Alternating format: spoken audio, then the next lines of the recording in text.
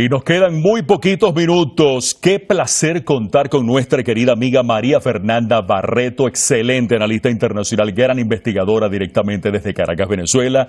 Mafi, gracias por estar con nosotros. Qué placer contar contigo. Son 31 años ya, Mafi, en los que Cuba, con el apoyo casi unánime de los países miembros de la ONU, exige el fin del bloqueo de Estados Unidos contra la mayor de las Antillas. En esta última oportunidad, al igual que en años anteriores, María Fernanda, la votación favorable al fin de este bloqueo ha sido aplastante. 187 votos a favor, 2 en contra de Estados Unidos y el régimen israelí, como era de esperarse, y una abstención que corresponde a Ucrania, que le interesa estar bien con Estados Unidos para seguir contando, entre comillas, con su apoyo frente a Rusia.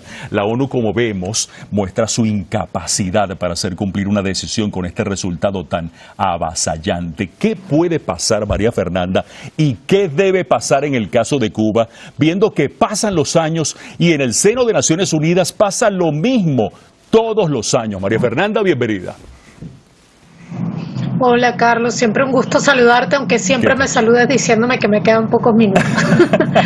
Bueno, realmente esto ratifica dos cosas, Carlos. Primero, que el bloqueo a Cuba no son ni sanciones ni embargo, es un bloqueo, medidas coercitivas unilaterales, extraterritoriales, absolutamente ilegales, y que este bloqueo tiene intenciones genocidas y de rapiña, y que por supuesto es rechazado por más del 99% de eso que llamamos la comunidad internacional, como tú señalaste, desde hace más de 31 años, y tiene ya 6 décadas ejerciendo una presión que solo ha tenido efectos criminales sobre la vida de la población cubana, pero no ha conseguido los objetivos políticos que supuestamente se plantean este tipo de medidas coercitivas unilaterales que toman los Estados Unidos.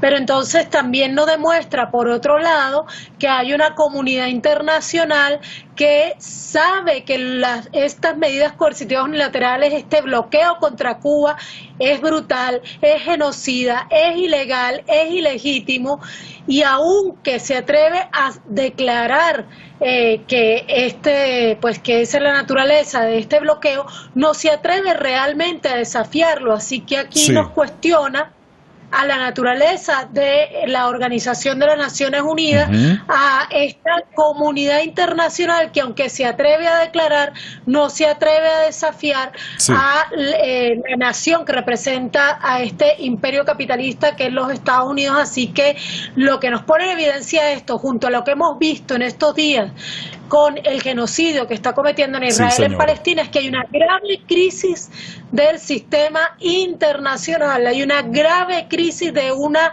Organización de las Naciones Unidas que no está sirviendo para detener genocidios como los bloqueos, ni mucho menos acciones genocidas brutales como las que está cometiendo Israel. Así que todo el sistema internacional está en crisis, y aunque este bloqueo está absolutamente deslegitimado, pues sigue ahí ejerciéndose año tras año, y no tenemos ninguna señal de que realmente vaya a levantarse. Por el contrario, lo empeoran con declaraciones tan injustas como esa de decir que Cuba es un país patrocinador del terrorismo, cuando el más grande patrocinador del terrorismo en el mundo es precisamente los Estados Unidos, la Unión Europea y por supuesto el Estado de Israel, que es en sí mismo el Estado en este momento más terrorista del planeta Tierra.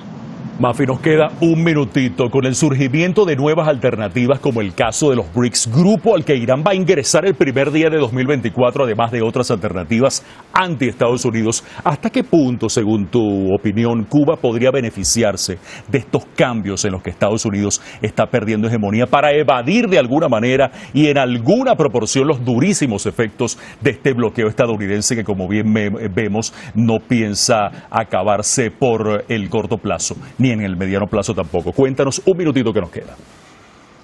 Por supuesto, este bloqueo contra Cuba, como todos los demás bloqueos que ha dictaminado los Estados Unidos en los últimos años, se tienen sobre su poder militar y su poder económico. Ese poder militar está siendo confrontado en distintos lugares del mundo, y el poder económico viene en franco declive, sobre todo con la pérdida de hegemonía del petrodólar en el mundo y en general de toda la economía estadounidense. Sí. Esa pérdida de hegemonía económica, por supuesto que será una realidad que favorezca a todos los países que están siendo bloqueados por los Estados Unidos, y en la medida que la multipolaridad se fortalezca, pues estos países sancionados, bloqueados, porque no son sancionados, perdón, son bloqueados por sí, los Estados Unidos, podrán encontrar salidas a estas brutales políticas genocidas del imperio capitalista.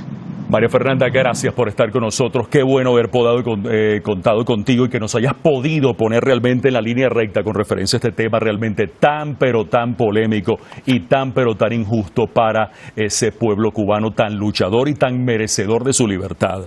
María Fernanda Barreto, estupenda investigadora, gran analista internacional directamente desde la capital de Venezuela, Caracas.